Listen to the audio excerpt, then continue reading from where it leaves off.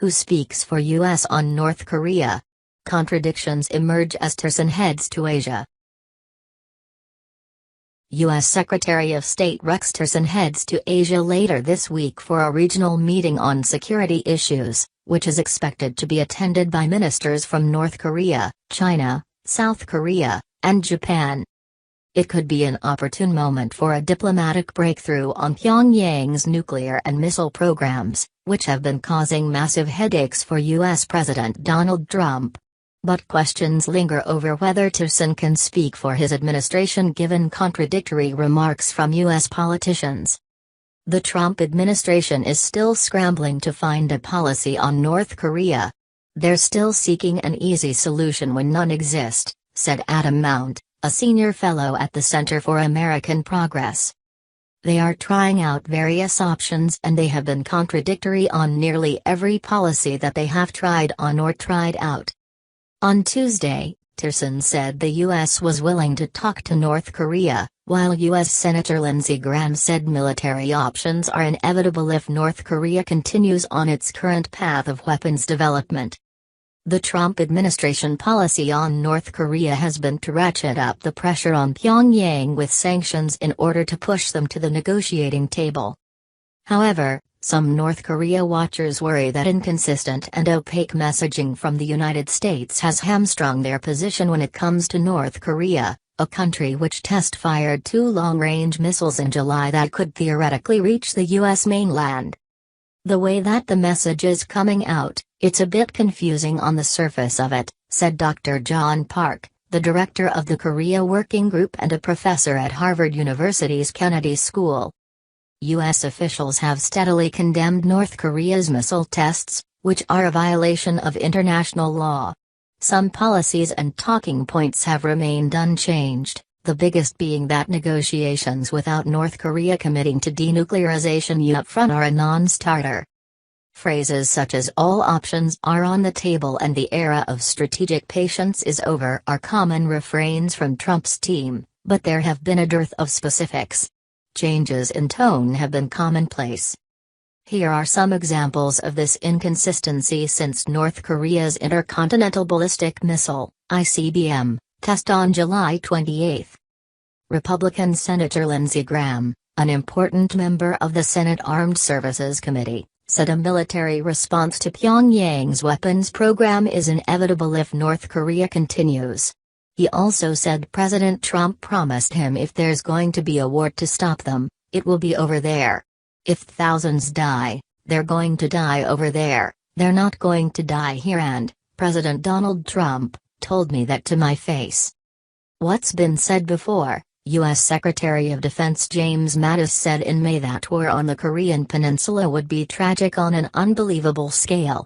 Analysts say that Trump's promise to Graham would be a violation of the spirit of the Mutual Defense Treaty between the two countries. The comments were extremely irresponsible. It's a dangerous sign to our allies that we don't have their best interests in heart, Mount said. We stand up for our allies because we believe that the lives of Allied citizens are as valuable as the lives of American citizens. Secretary Tillerson told reporters at a briefing Tuesday that the United States was willing to sit down and negotiate with North Korea if it were to abandon its nuclear weapons and missile programs and give up those missiles. We do not seek regime change. We do not seek an accelerated reunification of the peninsula. We do not seek an excuse to send our military north of the 38th parallel, Tillerson said. We would like to sit and have a dialogue about the future. What's been said before, Ambassador Nikki Haley, the U.S. representative to the United Nations, said the time for talk is over after the Friday missile test, though she was referring to the UN Security Council rather than direct talks involving the hermit state.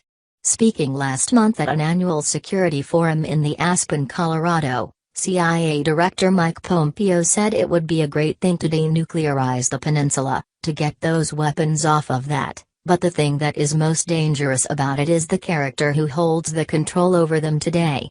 So from the administration's perspective, the most important thing we can do is separate those two, Pompeo said, hinting at the idea of regime change in North Korea, albeit in a very opaque manner.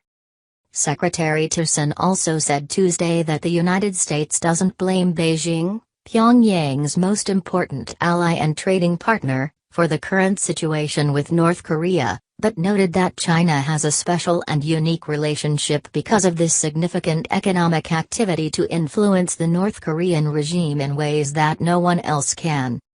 What's been said before, President Trump took to Twitter to slam the Chinese after the Friday missile test for not doing enough to rein in their neighbor. They do nothing for us with North Korea, just talk. We will no longer allow this to continue. China could easily solve this problem, he said.